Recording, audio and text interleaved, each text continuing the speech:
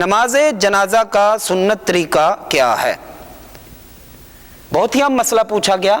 نماز جنازہ کا سنت طریقہ یہ ہے، میں نیت کرتا ہوں 4 تکبیر، نماز جنازہ فرض کفایہ، ثنا واسطے اللہ تبارک و تعالی کے، درود واسطے نبی پاک صاحب الاولاق صلی اللہ علیہ وسلم کے، دعا واسطے حاضر اس میت کے، پیچھے اس امام کے، منہ میرا خانقاہ شریف کی طرف اللہ اکبر، یہ نیت ہے۔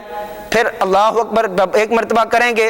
یاد رکھنا جنازے میں 2 فرض ہیں۔ کتنے فرض ہیں جی؟ 2 فرض ہیں جنازے میں، یعنی 2 رکن ہیں۔ پہلا فرض یہ ہے کہ قیام کرنا۔ اب خدا نخواستہ کوئی معذور بندہ ہے، وہ قیام نہیں کر سکتا تو وہ بیٹھ کے پڑھ، لیکن معذور ہے، اگر تو معذور ہے، معذور نہیں ہے تھوڑی بہت اگر تکلیف، تب بھی کھڑے ہو کر پڑھے۔ اور پہلا فرض ہے قیام کرنا، اور دوسرا فرض ہے 4 تکبیرات لگانا، یعنی اللہ اکبر جو ہم کرتے ہیں۔ صرف پہلی تکبیر میں ہاتھ اٹھائیں گے، اس کے علاوہ ہاتھ نہیں اٹھائیں گے۔ پہلی تکبیر میں اللہ اکبر کرنے کے بعد ناف کے نیچے ہاتھ باندھ لیں گے۔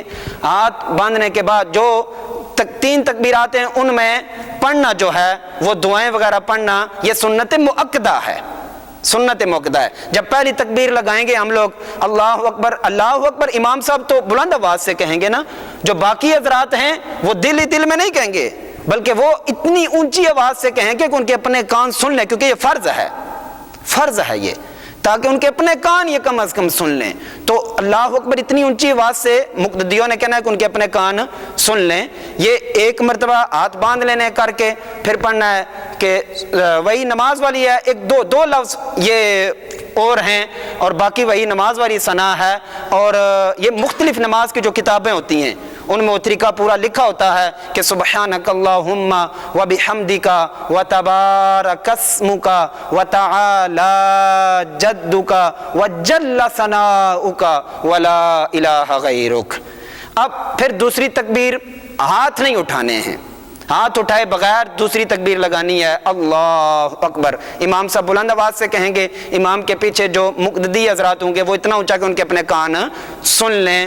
اب اس میں درود ابراہیمی پڑھ لیں، سب سے افضل درود ہے درود ابراہیم، نماز والا درود پڑھ لیں۔ اگر نماز والا نہیں آتا تو کوئی بھی درود شریف پڑھ سکتے ہیں، لیکن بہتر یہ ہے کہ نماز والا درود پڑھا جائے۔ پھر تیسری تکبیر لگانی ہے، اللہ اکبر کہنا ہے، اور اتنی اونچی آواز سے، امام تو بلند آواز سے کہے گا، مقتدی اتنی اونچی آواز سے کہیں گے ان کے اپنے کان سن لیں۔ اس کے بعد اگر بالغ ہے تو اس کی دعائیں مختلف حدیثوں میں آئی ہیں، اللہم اغفر لحینا ومیتنا وشاہدنا وغائبنا وصغیرنا وکبیرنا وذکرنا وانثانا، اللہم من احییتہ منا فاحیی علی الاسلام ومن توفیتہ منا فتوفہ علی الایمان۔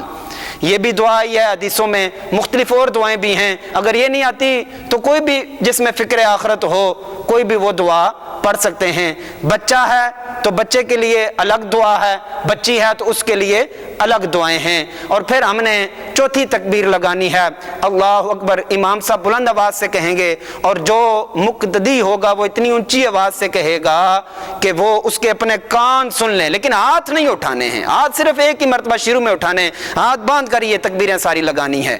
پھر اس کے بعد جو ہی چوتھی تکبیر لگائیں گے، سلام جو ہی لگا لیں گے، امام صاحب لگائیں گے، سلام پھیرنے سے پہلے دونوں ہاتھ چھوڑ دیں گے۔